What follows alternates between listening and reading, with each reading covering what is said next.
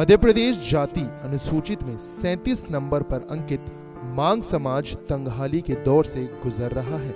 सामाजिक परिवेश में लोग मांग समाज को मातंग समाज से भी जानते हैं। यही नाम चलन में भी है।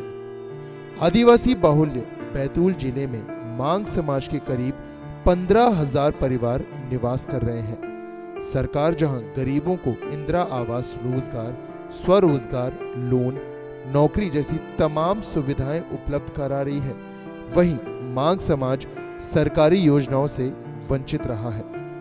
यह विडंबना ही कही जा सकती है कि यह मांग समाज प्रत्येक समाज की खुशियों और दुखों में सहभागी रहा है।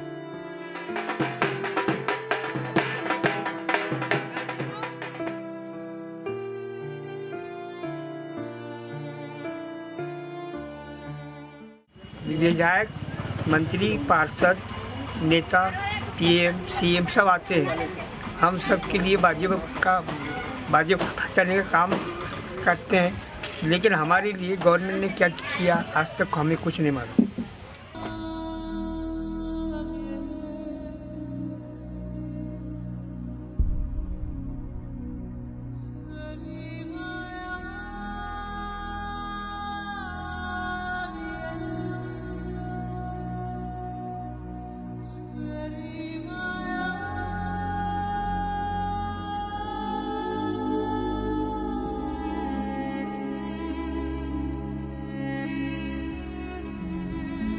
ये योजना निकली है, इसका कुछ लाभ नहीं मिला हमको। और कोई मकान बना के दे रहे हैं कि कितने दिन से फॉर्म भरा है, तो उसकी कुछ हमको कार्रवाई मालूम है नहीं। आज इस समाज की मुश्किलें लोगों की मुश्किलें सुलझाने वाले तंत्र ने ही बढ़ा दी हैं। यही वजह है कि आज ये मांग जाति के लोग दुर्दिनों से गुजर रहे हैं।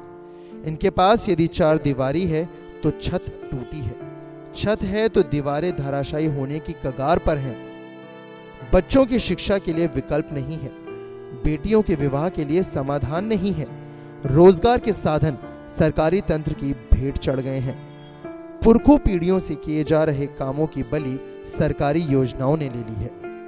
जिले में इस समाज के सामने 2 जून की रोटी कमाना टीणी खीर बन गया है।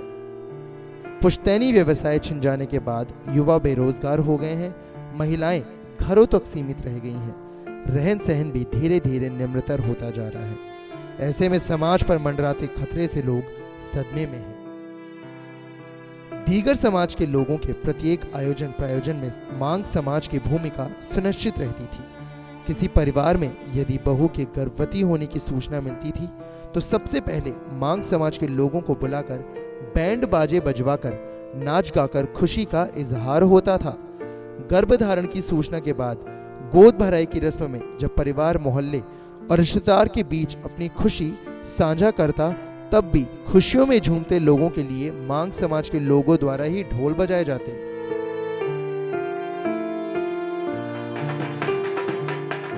किस तरह समाज की सेवा करती थी, मैं इस पे थोड़ा प्रकाश डालूंगा कि सबसे पहले हमारी समाज मूलतः महिला वर्ग डिलीवरी का काम करा करती थी। उस समय ना गाँवों के अंदर MBBS डॉक्टर हुआ करते थे, ना किसी तरह की स्वास्थ्य सुविधा हुआ करती थी। उस समय हमारे समाज की महिलाएं उस घर की महिलाओं को प्रसूति का काम करती थी, जिससे अपना जीवन यापन किया करती थी।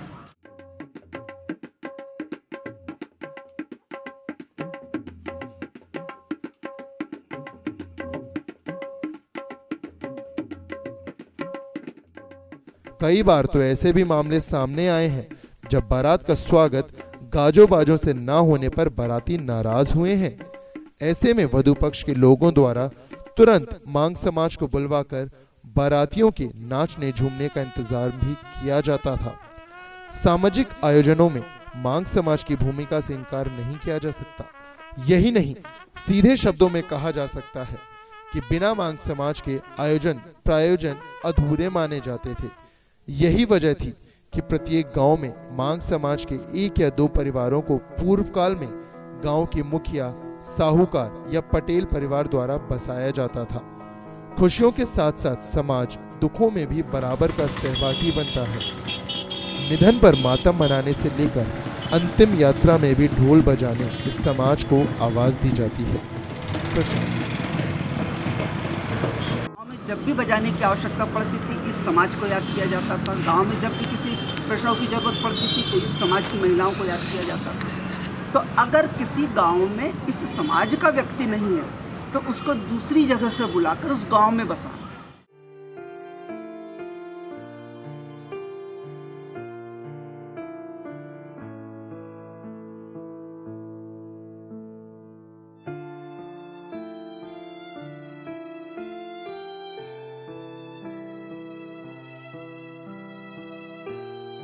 इसके अलावा इस समाज की महिला पुरुषों द्वारा छींद की झाड़ू बनाने का व्यवसाय भी किया जाता है। कालांतर में एक के बाद एक सभी काम मांग समाज के लोगों से छिनते चले गए और समाज की महिला पुरुष बेरोजगारी, बेकारी, गरीबी और बीमारी का दंश झेलने विवश हो गए हैं। आज इस समाज के लोगों की स्थिति पांव छिले हुए और हाथ में छालों जैसी हो गई है। सरकार भी जैसे इस समाज के लिए कुछ सोचने से परहेज कर रही है।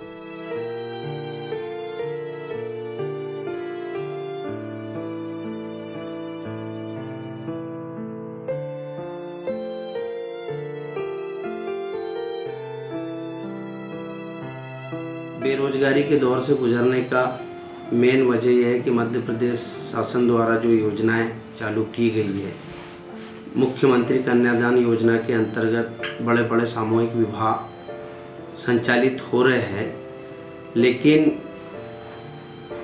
मातंग समाज जो कि बैंड पार्टी का काम किया करते थे, वहाँ भी उन लोगों के पास रोजी रोटी का संकट आ गया है।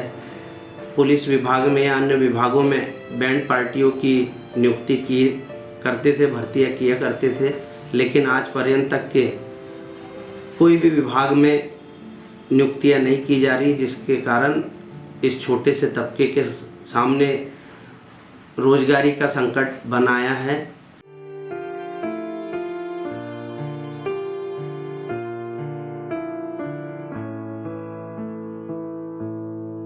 समाज के लोग निर्धारित कार्य करते थे, तब तक किसी तरह की कोई परेशानी नहीं थी, लेकिन समाज के एक तबके को सुविधा और सहूलियत देने के चक्कर में सरकार ने मांग समाज को पूरी तरह विकलांग बना दिया है।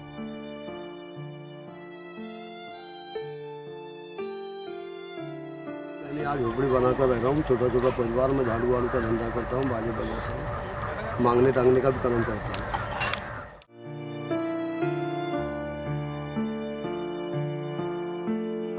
जहां समाज में पहले पूरे वर्ष विवाह होते थे, प्रत्येक गांव में वर्ष में 5 से 10 विवाह होते थे, अब वह बंद हो गए हैं। मुख्यमंत्री कन्यादान योजना के तहत होने वाले सामूहिक विवाह समारोह में वर और वधू पक्ष को मिलने वाली सुविधाओं, नगद राशि एवं विवाह की जिम्मेदारी शासन द्वारा लेने के बाद सामूहिक विवाह का रुख करने लगे। इन विवाह समारोह में एक साथ हजारों विवाह होने से वर्ष भर में होने वाले विवाह रुक गए और सामूहिक विवाह कार्यक्रम में एक साथ फेरे लेकर विदा होने लगे। सामूहिक विवाहों ने मांग समाज की रोजी रोटी का जरिया ही छीन लिया। कल्याणकारी योजनाएं हैं, कन्यादान, जिसमें हजार विवाह एक साथ हो जाते हैं, जिससे बैंड वालों का व्यवसाय लगभग गर्त की तरफ चला जाता है। मैं चाहता हूँ हमारे बैंड वाले लगभग बड़े कलाकार, अच्छे कलाकार हैं, उन्हें पुलिस बैंड में भर्ती किया जाए तथा बैंड वालों के लिए विशेष दुकानों की व्यवस्था एवं कॉम्प्लेक्स जैसी व्यवस्थाएं की जाए। सामूहिक विवाह के कारण अब मांग समाज को गांव में अलग अलग होने वाली शादियों में बाजे बजाने के लिए काम भी नहीं मिल पा रहा है। फलस्वरूप शहनाई से लेकर ढोल तक शोपीस बनकर रह गए हैं। सीजन पर कुछ बड़े घरानों में ही शादियों में बारात की जिम्मेदारी मिलती, लेकिन वह भी बड़ी बैंड पार्टी या डीजे और शामियानों को प्राथमिकता देते हैं, जिससे छोटे कारीगरों के घरों में पत्थर उबालने जैसी नौबत आ गई है।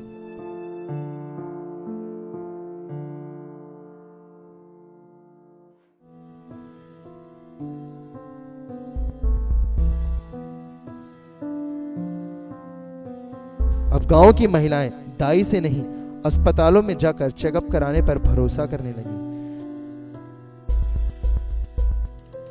इधर मांग समाज में दाई का काम करने वाली महिलाओं का यह काम भी छिन गया। दाई के माध्यम से यदि प्रसव होते थे तो जच्चा बच्चा की देखरेख 3 दिनों तक दाई के हाथों में ही होती थी, जिसके लिए दाई को अच्छा पारिश्रमिक भी मिलता था।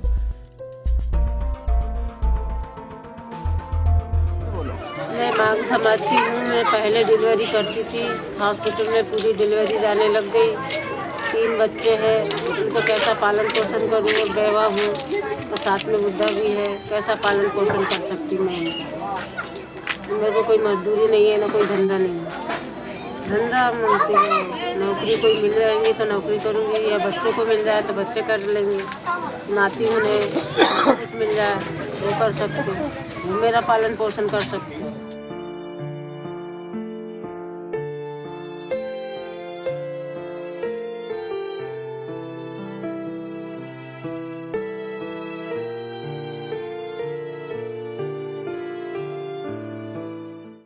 घरों में छिंद से बनने वाली झाड़ू का व्यवसाय भी गिने चुने परिवारों के पास ही रह गया। छिंद को वनोपज बताकर उसकी कटाई छटाई पर वन विभाग द्वारा रोक लगा दी गई है। ऐसे में यह व्यवसाय भी बंद होने की कगार पर है। वहीं बड़ी बड़ी कंपनियों द्वारा सिंक की झाड़ू बाजार में बेची जा रही है, जिसकी वजह से लोगों का रुझान भी छिंद की झाड़ू खरीदने पर नहीं है।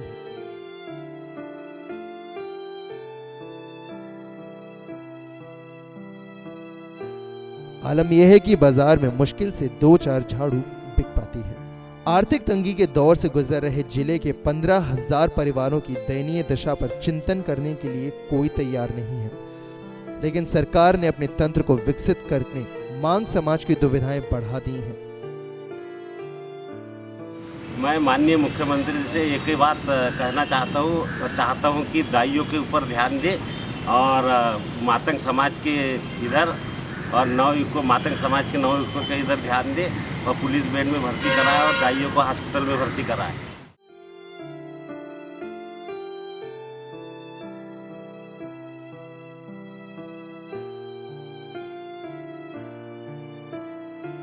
एक और प्रदेश सरकार के मुखिया शिवराज सिंह चौहान द्वारा छोटे से छोटे तबके की महापंचायत बुलाई जा रही है। गुमास्ता जाति से लेकर वाल्मीकि समाज, वंशकार समाज, चर्मकार समाज, केश शिल्पी समाज की महापंचायतें बुलाकर उनकी समस्याओं को सुना है और उनके उत्थान के लिए योजनाएं बनाकर उन्हें आगे बढ़ने के लिए नई दिशा दी है। फिर मांग समाज उत्थान के लिए आज तक कोई कदम क्यों नहीं बढ़ा पाए? आज ये तबका अभावों की जिंदगी जी रहा है।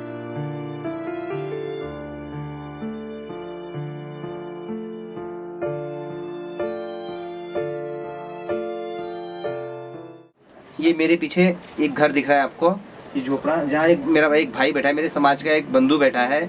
ये इसकी दोनों किडनियाँ खराब है।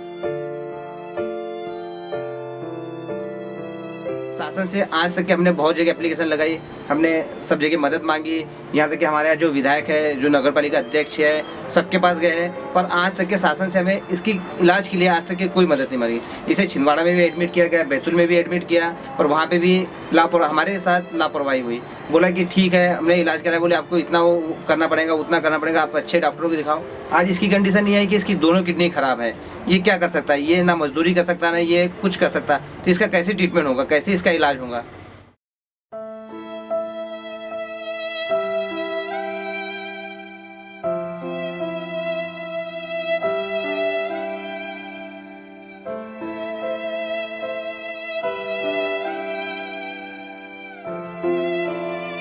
छोटे छोटे बच्चे गलियों में अर्धनग्न हालत में घूम रहे हैं।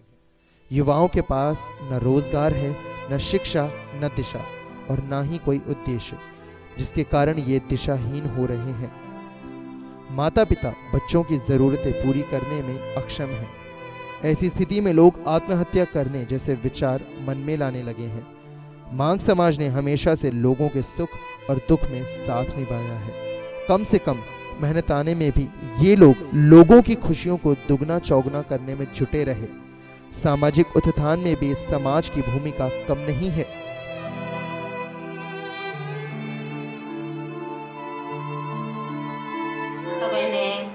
जो अपनी डिलीवरी करती थी उनके लिए भी अब कुछ नहीं रखा।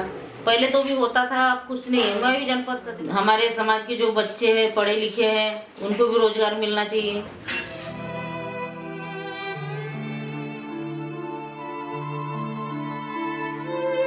समाज के अन्ना भाऊ साठे का आजादी की लड़ाई में महत्वपूर्ण योगदान रहा। उनके द्वारा गीत, पोहाड़े, नाटक, उपन्यास और फिल्म फकीरा के माध्यम से जागृति का संदेश दिया।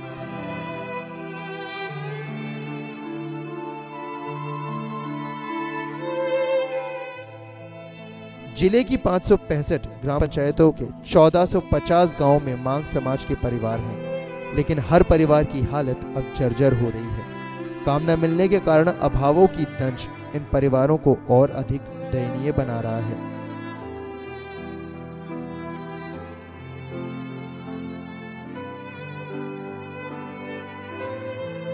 और मुझे भी गांव में बुलाया गया, लेकिन मकान दिया गया, ज़मीन दी गई, लेकिन आज तक ज़मीन का पट्टा नहीं दिया गया।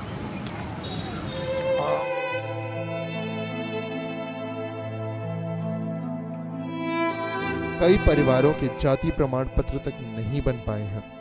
कई परिवार आज भी राशन कार्ड को तरस रहे हैं। ऐसे में गरीबों को 1 रुपए में अनाज उपलब्ध कराने वाली शासन की योजनाएं मांग समाज के लिए दिवा स्वप्न बनकर रह गई हैं। गरीबी, लाचारी, मजबूरी, भुखमरी ही आज मांग समाज के हिस्से में आई है।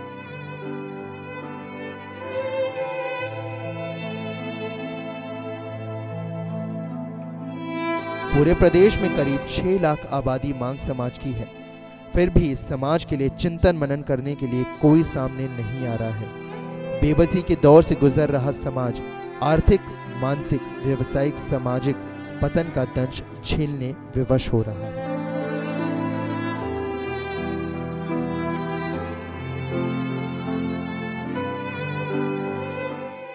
भारत के अन्य प्रांतों में मांग समाज को उनके विकास के भरपूर अवसर आयोग, निगम, ट्रस्ट आदि बनाकर दिया जा रहा है। खासकर महाराष्ट्र प्रदेश, जहां सरपंच से लेकर केंद्रीय मंत्री तक इस समाज के लोग रहते आए हैं, लेकिन मध्य प्रदेश में नहीं। आखिर क्यों?